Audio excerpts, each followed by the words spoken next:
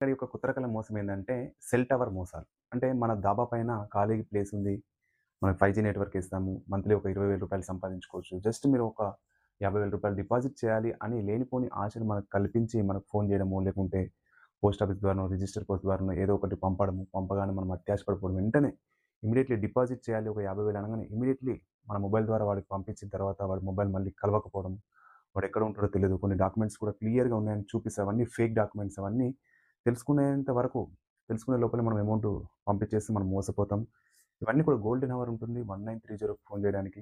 కానీ అంతకంటే ముందే మనం కూడా అలర్ట్‌గా ఉంటే, అప్రమత్తంగా ఉంటే ఇలాంటి మోసాలనేటివి తగ్గుముఖం పడతాయి. మనకు కొంచెం అవగాహన ఉంటే వాడేం చేస్తాడంటే ఒక ఇంటర్మీడియేట్ స్టాండర్డ్‌లోనే చదువుకొని వాడు ఒక ల్యాప్‌టాప్ యూజ్ చేసి, మంచిగా వైఫై యూజ్ చేసి, మంచిగా ఏసీలో హాయిగా మనల్ని మోసం చేయడానికే సిద్ధంగా ఉంటాడు. డైలీ కొత్త రకాలైనటువంటి ప్రణాళిక వేసుకొని, కొత్త రకాలైనటువంటి మాటలతోని వాడి యొక్క పెట్టుబడి పెట్టి మనల్ని మోసం చేస్తాడు కాబట్టి మనం అందరం కూడా అప్రమత్తంగా ఉందాం, జాగ్రత్తగా ఉందాం. Thank you.